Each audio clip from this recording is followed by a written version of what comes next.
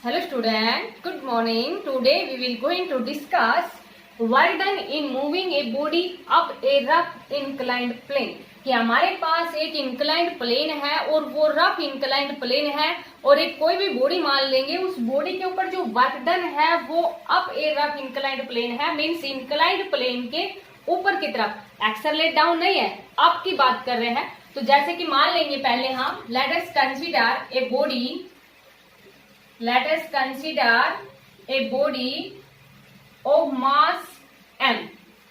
मास है वो कितना ले लिया हमने, m ले लिया, और is placed on an inclined plane, is placed on an inclined plane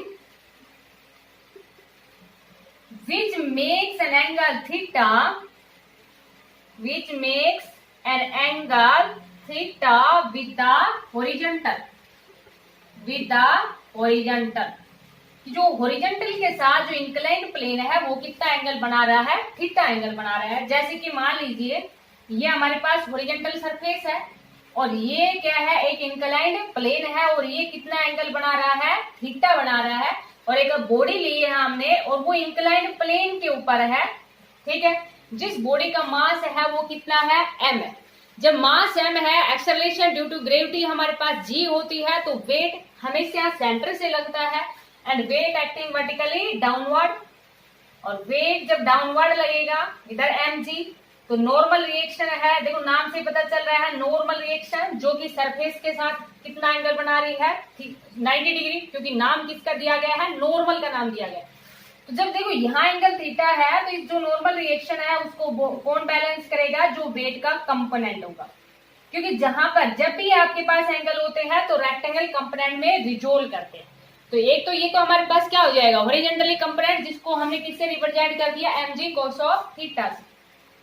और ये हमारे पास क्या हो गया, वर्टिकली कंपोनेंट, और वर्टिकली कंपोनेंट है उसको किससे रिप्रेजेंट कर दिया, mg sin ऑफ थीटा से। ठीक है बेटा। अब देखो यहाँ पर वर्क डन अप की बात कर रहे हैं, मीन्स बॉडी है up a rough inclined plane. क्योंकि जब हमारे पास रफ सरफेस है, वैसे भी देखो इंक्लाइंड प्लेन पे अगर बॉडी नीचे की तरफ तो अपने आप आ जाएगी, जैसे कि हमने प्रीवियस वीडियो में डिस्कस किया था, acceleration of a body down a rough inclined plane. तो देखो वहां पर भी रफ इंक्लाइंड प्लेन था, तो उसके लिए हमें नेट फोर्स लगाना पड़ा था। अगर यहाँ पर रफ इंक्लाइंड प्लेन ना हो, रफ सरफेस ना हो, स्मूथ हो, तो बॉडी अपनी आप भी एक्सेलरेट कर सकती है। लेकिन अगर रफ है तो हमें वर्क करना ही पड़ेगा। तो यहाँ देखो जब रफ की बात कर रहे हैं और अप की बात कर रहे हैं, डाउन की बात नहीं कर रहे, अप की बात कर रहे हैं, तो वर्क करना ही करना होगा। और work done is equal to क्या होता है, फोर्स मल्टीप्लाई डिस्प्लेसमेंट। तो इट मीन्स अप की बात कर रहे हैं तो P हमारे पास क्या है, अप्लाइड फोर्स, जो कि इस बॉडी के ऊपर लगाया जा रहा है। ठीक है। जब अप्लाइड फोर्स इधर है तो फोर्स ऑफ फ्रिक्शन है वो इस तरफ होगा, और फोर्स ऑफ फ्रिक्शन को किससे रिप्रेजेंट कर दिया, F से। समझ में आया बेटा। तो जो नेट फोर्स है, देखो पहले तो हमारे पास work done, work done is equal to क्या होता है, force multiply displacement. Work done is equal to force multiply displacement. ठीक है बेटा। अब ये जो यहाँ इसके अंदर जो डिस्प्लेसमेंट है उसको जनरली हम किससे रिप्रेजेंट कर लेंगे, एस से रिप्रेजेंट कर लेंगे। जैसे कि ये ब्लॉक यहाँ था, कुछ देर बाद में जब अप्लाइड फोर्स लगाएंगे तो यहाँ से यहाँ पहुंच जाएगा। इट मीन्स डिस्प्लेसमेंट है उसको किससे रिप्रेजेंट कर दिया, एस से। इसके द्वारा जो डिस्प्लेसमेंट है उसको किससे रिप्रेजेंट कर दिया, एस से। ठीक है बेटा।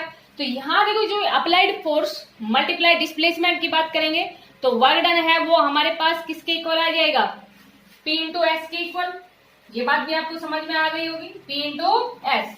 लेकिन जो P है वो हमारे पास किसके इक्वल है, mg sine of theta plus f के इक्वल है। क्योंकि इधर एक तो हमारे पास कौन सा लग रहा है, वेट का कंपोनेंट लग रहा है, जिसको mg साइन ऑफ थीटा से रिप्रेजेंट किया है। दूसरा अप्लाइड फोर्स ऊपर की तरफ लगा रहे हैं तो फ्रिक्शन फोर्स डाउनवर्ड लगेगा, जो कि हमारे पास किससे रिप्रेजेंट किया है, f से। तो अप्लाइड फोर्स है वो कितना हो जाएगा, mg sign theta plus f। तो यहाँ P की जगह क्या पुट कर देंगे, mg sine of theta plus f multiply displacement. Displacement को किससे रिप्रेजेंट किया है, s से। समझ आया। अब तो देखो यहाँ रफ सरफेस की बात कर रहे हैं और जहां पर भी अगर फ्रिक्शन होता है तो कोफिशिएंट की बात करते हैं, और कोफिशिएंट ऑफ फ्रिक्शन है वो हमारे पास कितना होता है, mu equal to F by R. अब यहाँ पर भी देखो जस्ट बॉडी मोशन की बात कर रहे हैं, up a rough inclined plane body जाएगी तो यहाँ जनरली हम यहाँ इसको म्यू से भी रिप्रेजेंट कर सकते हैं या इसको किससे रिप्रेजेंट कर सकते हैं, काइनेटिक फ्रिक्शन से भी रिप्रेजेंट कर सकते हैं। तो म्यू के से भी रिप्रेजेंट कर सकते हो या जनरली म्यू से भी रिप्रेजेंट कर सकते हो। तो एफ इजिकल टू कितना आ गया, म्यू के इंटू आर आ गया। ठीक है बेटा, और यहाँ से आपको बिल्कुल साफ दिख रहा है कि आर है वो हमारे पास किसके इक्वल है, M G cos of theta के इक्वल है। तो ये जो वर्क डन है वो किसके इक्वल आ गया, M G sine of theta plus F. F की जगह हम कितना पुट कर देंगे, म्यू आर। समझ में आया बेटा? ठीक है, इसको रब कर देते हैं, शायद समझ में आ गया होगा।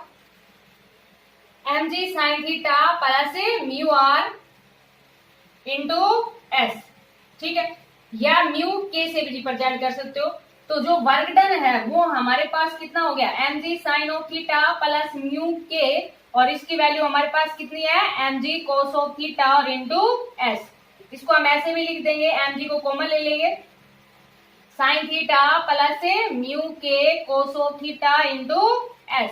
तो ये हमारे पास क्या आ गया, वर्क डन आ गया। Work done in moving a body up a rough inclined plane. क्योंकि जो वर्क डन है कोई भी बॉडी का up a rough inclined plane, तो वो हमारे पास किसके इक्वल आ गया, M G sine theta plus mu के cos of theta. Means by knowing the mass of a body, acceleration due to gravity आपको पता ही है, and the angle of inclination, और बॉडी ने कितना डिस्प्लेस किया, तो वो हम यहाँ से वर्क डन निकाल सकते हैं। अब जनरली अगर मान लीजिए आपके पास पावर पूछ रखी हो किसी न्यूमेरिकल में, देखो न्यूमेरिकल बहुत ही सिंपल है इस टॉपिक के। अगर मान लीजिए आपके पास पावर पूछ रखी है, और पावर के लिए जब देखो पावर हमारे पास रेट ऑफ डूइंग वर्क होती है, और अलग अलग फॉर्मूले हैं इलेक्ट्रिसिटी के अंदर वर्क को V equal to W by Q वाली फॉर्म लेते हैं। समझ आया बेटा? अब जैसे कि हमारे पास जो फॉर्मूला है इलेक्ट्रिसिटी के अंदर जो 10th क्लास में आपने पढ़ा है, आई स्क्वायर इंटू आर था। लेकिन जब यहाँ मोशन की बात कर रहे हैं, और जब मोशन की बात करते हैं तो पावर को किससे रिप्रेजेंट करते हैं, हमें P इक्वल टू फॉर्मूला तो वही होना, रेट ऑफ डूइंग वर्क। लेकिन जब मोशन की बात करते हैं तो वर्क डन को क्या लिख देते हैं, फोर्स मल्टीप्लाई डिस्प्लेसमेंट, और जो डिस्प्लेसमेंट मल्टीप्लाई टाइम हमारे पास क्या होता है, v। तो जब अगर मान लीजिए कोई भी न्यूमेरिकल होगा, जैसा अभी हम न्यूमेरिकल डिस्कस करेंगे इसके ऊपर, तो जब कोई भी हमारे पास न्यूमेरिकल है उसमें अगर जनरली आपके पास वर्क दे रखा है, मीन्स एंगल थीटा भी दे रखा है, वेट भी दे रखा है, तो ये सारी वैल्यू पुट करके यहाँ से वर्क डन निकाल लेंगे। टाइम भी दिया होगा तो वर्क डन को डिवाइड कर देंगे टाइम से, तो हमारे पास पावर आ जाएगी। अगर पावर पूछ रखी हो, जनरली वर्क डन पूछ रखा है तो वर्क डन इस फॉर्मूले से हम कैलकुलेट कर लेंगे। लेकिन अगर मान लीजिए किसकी में भी उसकी वेलोसिटी भी दे रखी है, क्योंकि हम काइनेटिक फ्रिक्शन की बात कर रहे हैं, और जो वेलोसिटी भी दे रखी है, तब हम पावर के लिए कौन सा फॉर्मूला लगा देंगे, P equal to F into we.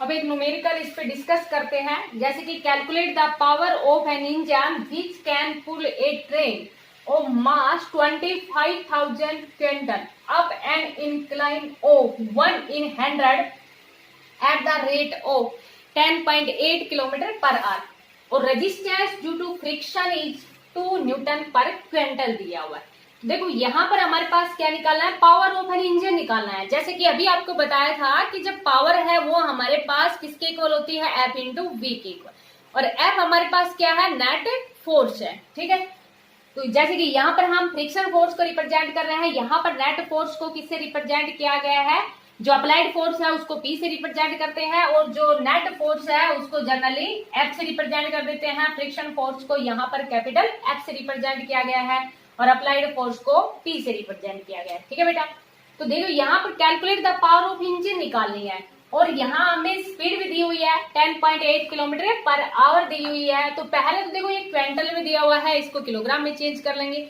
आपको पता भी है 1 क्विंटल है वो किसके इक्वल होता है, 100 किलोग्राम के इक्वल होता है। और दूसरा देखो up an incline of 1 in 100, 1 in 100 का मतलब आप जानते हो ना, कि जैसे कि मान लीजिए 1 in 100 मीन्स हमारे पास जो इंक्लाइनेशन है ना वो 1 in 100 मीन्स ये जो एंगल थीटा है ना, ये जिस ओरिजेंटल सरफेस से 1 तो इधर है और 100 इधर है, मीन्स साइन थीटा जहां पर भी है वहां पर हम कितना पुट कर देंगे, 1/100 पुट कर देंगे, क्योंकि angle is equal to arc by radius, या तो वो वाला फॉर्मूला लगा लेना। क्योंकि जब generally angle sine theta is nearly equal to theta होता है, मैथमेटिक्स में आपने पढ़ा भी होगा, नहीं तो उसको छोड़ो आप। जैसे कि साइन थीटा ये तो आपको पता ही है कि परपेंडिकुलर बाई हाइपोटेन्यूज होता है, तो 1 इन 100 मीन्स 1 इधर है 100 इधर है, इस तरह के अगर कोई न्यूमेरिकल्स हो तो ठीक है बेटा। तो साइन थीटा की जगह तो हम कितना पुट कर देंगे 1/100 पुट कर देंगे। और जो फ्रिक्शन फोर्स लग रहा है ना वो 2 न्यूटन पर क्विंटल लग रहा है। जैसे कि मान लीजिए हमारे पास कितना है 25,000 क्विंटल है ना, तो जो फ्रिक्शन फोर्स है वो हमारे पास कितना हो गया, फ्रिक्शन फोर्स कितना दिया हुआ है 2 न्यूटन पर क्विंटल है। इट मीन्स फ्रिक्शन फोर्स है वो हमारे पास कितना हो गया 25 को 2 से मल्टीप्लाई कर दोगे तो ये हमारे पास कितना आ गया 50,000 न्यूटन आ गया। इतना हमारे पास क्या है फ्रिक्शन फोर्स है। साइन थीटा की जगह आपको बताया अभी कितना पुट कर देंगे 1/100 पुट कर देंगे। दूसरा देखो हमारे पास मास दिया हुआ है, मास ऑफ ए ट्रेन कितना दिया हुआ है 25,000 क्विंटल दिया हुआ है। तो इसको आप किलोग्राम में चेंज कर लोगे, किलोग्राम में चेंज करोगे तो 100 से मल्टीप्लाई कर दोगे तो ये हमारे पास आ जाएगा 25 × 5 kg। तो इतना हमारे पास क्या आ गया मास ऑफ ट्रेन आ गया। ठीक है बेटा। Power is equal to net force, power है वो किसके इक्वल होती है नेट फोर्स। क्योंकि नेट फोर्स वर्ड यहां पर क्यों लिया, क्योंकि फ्रिक्शन फोर्स भी तो लग रहा है ना, तो नेट फोर्स मल्टीप्लाई या जनरली आप ये लिख दोगे फोर्स मल्टीप्लाई वेलोसिटी। तो पहले तो हम क्या निकालेंगे फोर्स। अभी हमने डिस्कस किया था अपन इंक्लाइनेशन प्लेन के लिए जो फोर्स था वो हमारे पास किसके इक्वल था, एक तो mg साइन ऑफ थीटा लग रहा था इधर कंपोनेंट, और दूसरा हमारे पास क्या लग रहा था फ्रिक्शन फोर्स। तो फोर्स है वो किसके इक्वल है, ये आप कर देती हूँ, समझ में आ गया ना बेटा। 50,000 था, ध्यान रखना है बस ओनली। अब देखो ये हमारे पास जो फोर्स है वो अभी हमने कैलकुलेट किया था आर्टिकल में, mg sign theta plus friction force था। ठीक है बेटा। और पावर इज इक्वल टू क्या हो जाएगी mg sine of theta plus f और मल्टीप्लाई v वेलोसिटी। ठीक है।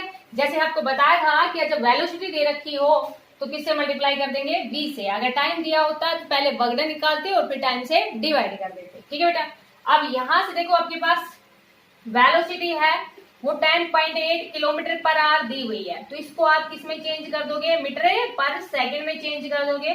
तो 1000 से मल्टीप्लाई कर दोगे, 3600 से डिवाइड कर दोगे, 20 से 20 कैंसिल हो गई, इसके पॉइंट को भी हटा दोगे, एक 0 से और 0 कैंसिल हो जाएगी।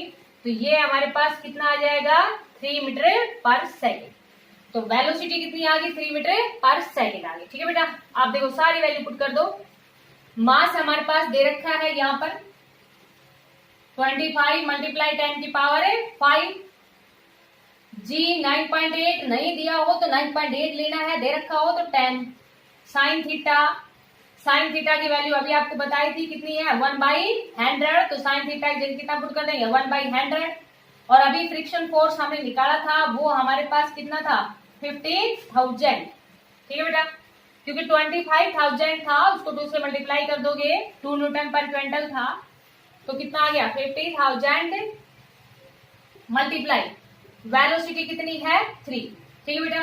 इस सारे को आप सोल्व कर लोगे, सोल्व करोगे तो देखो ये हमारे पास कितना आ जाएगा, इधर तो कितना है 25 मल्टीप्लाई 10 की पावर 5 है ना, इसके पॉइंट को हटा दो, पॉइंट को हटाओगे तो एक 0 और आ जाएगी, ये 3 0 ऊपर जाएंगी, माइनस में जाएंगी, यहाँ पर प्लस में है तो 2 बच जाएगा ओनली 98।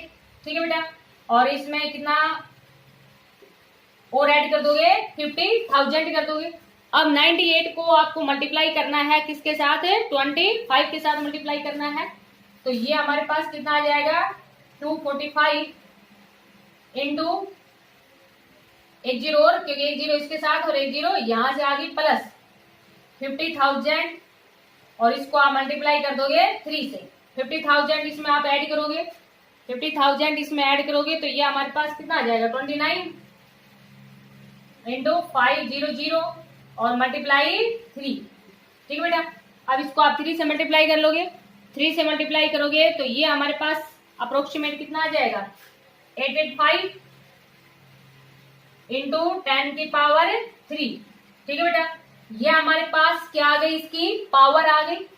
अब देखो अगर पावर किसमें आ जाएगी आपके पास, जैसे कि सपोज करो यहाँ पर तो ये सारा का सारा हमने किस में कन्वर्ट कर रखा था, वाट आवर में है ना, इसको किलोवाट आवर में चेंज करना चाहो तो किलोवाट आवर में भी हो जाएगा, ये यहाँ से चेंज, तो ये अप्रोक्सीमेट आ जाएगी हमारे पास 8.85 इंटू 10 की पावर 5 आ जाएगी, 8.85 इंटू 10 की पावर 5 वाट।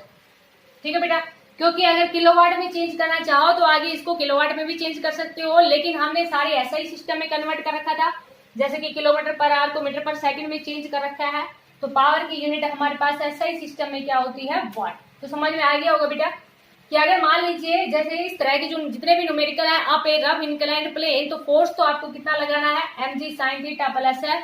अब यहाँ पर डिपेंड करता है कि अगर मान लीजिए हमारे पास डिस्प्लेसमेंट दे रखा है, तो डिस्प्लेसमेंट से मल्टीप्लाई कर दोगे तो पहले वर्क डन होगा। ठीक है बेटा, फिर पावर के लिए जब इस तरह की कंडीशन दे रखी है तो उसमें टाइम दिया मिलेगा। अगर आपके पास टाइम नहीं दे रखा, वेलोसिटी दे रखी है, तो आप क्या करोगे, फोर्स को डायरेक्टली मल्टीप्लाई कर दोगे वेलोसिटी से।